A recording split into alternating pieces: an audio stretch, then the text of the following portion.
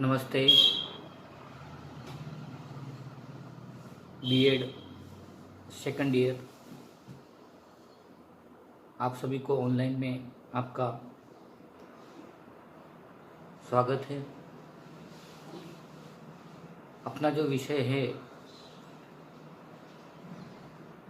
शैक्षिक प्रबंधन और समावेशी विद्यालय का निर्माण। कल अपन ने समावेशी शिक्षा का अर्थ, परिभाषा, उसकी अवधारणा और उद्देश्य के बारे में अपन ने अध्ययन किया। आज का जो अपना टॉपिक है समावेशी शिक्षा की आवश्यकता है, महत्व के बारे में अपन अध्ययन करेंगे। इसी के अंतर्गत इसका जो समावेशी शिक्षा के जो सिद्धांत है उसके बारे में अपन अध्ययन करेंगे, है ना। तो आज अपना जो टॉपिक है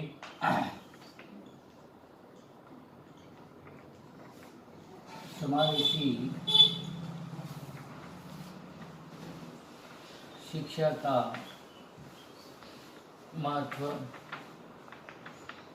और आवश्यकता है। महत्व और आवश्यकता।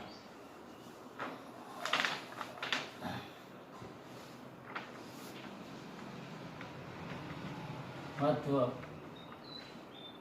आवश्यकता,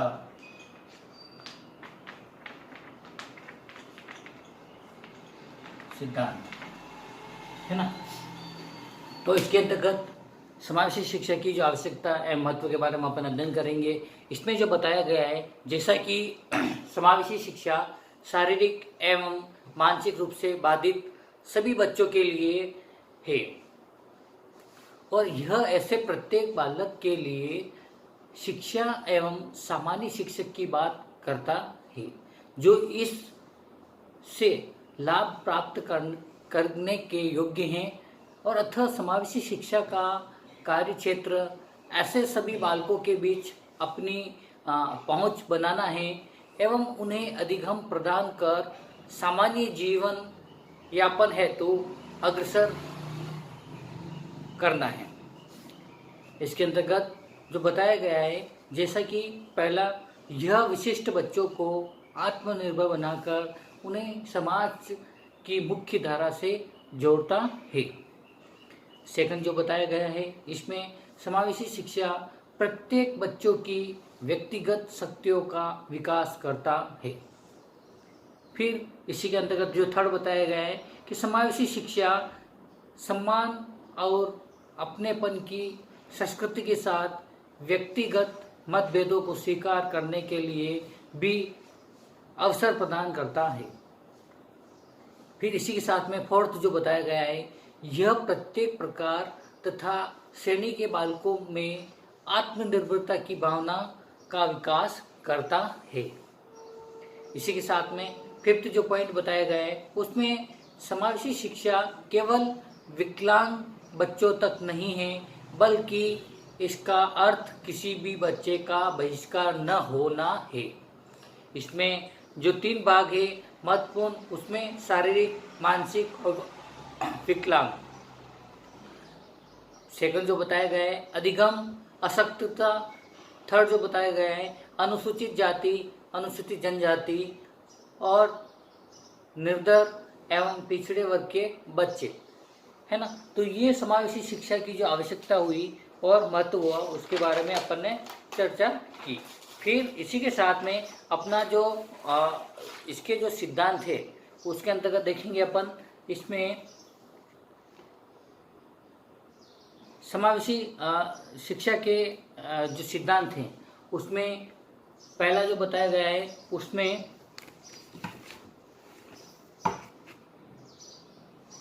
व्यक्तिगत रूप से भिन्नता।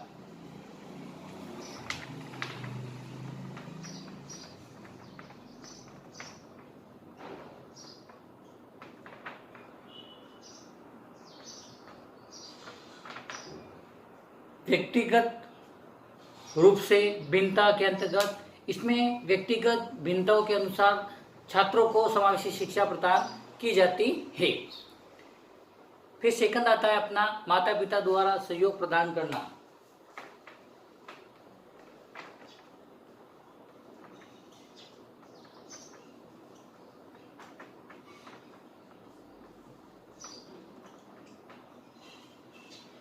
माता पिता का द्वारा सहयोग प्रदान करना, इसमें समावेशी शिक्षा में माता पिता का सहयोग होना अति आवश्यक होता है। फिर आता है भेदभाव रहित शिक्षा।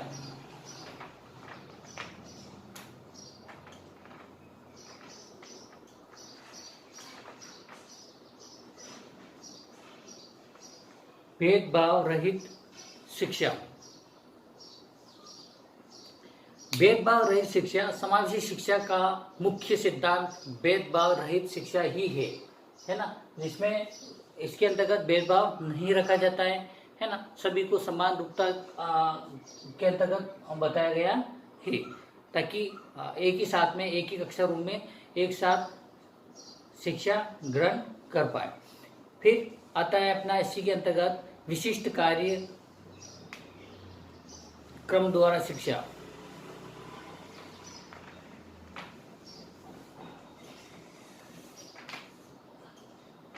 विशिष्ट कार्यक्रमों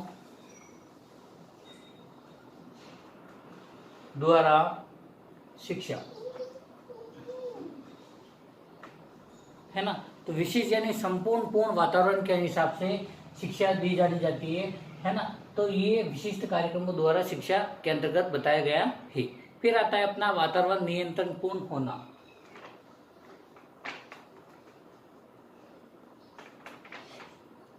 वातावरण नियंत्रण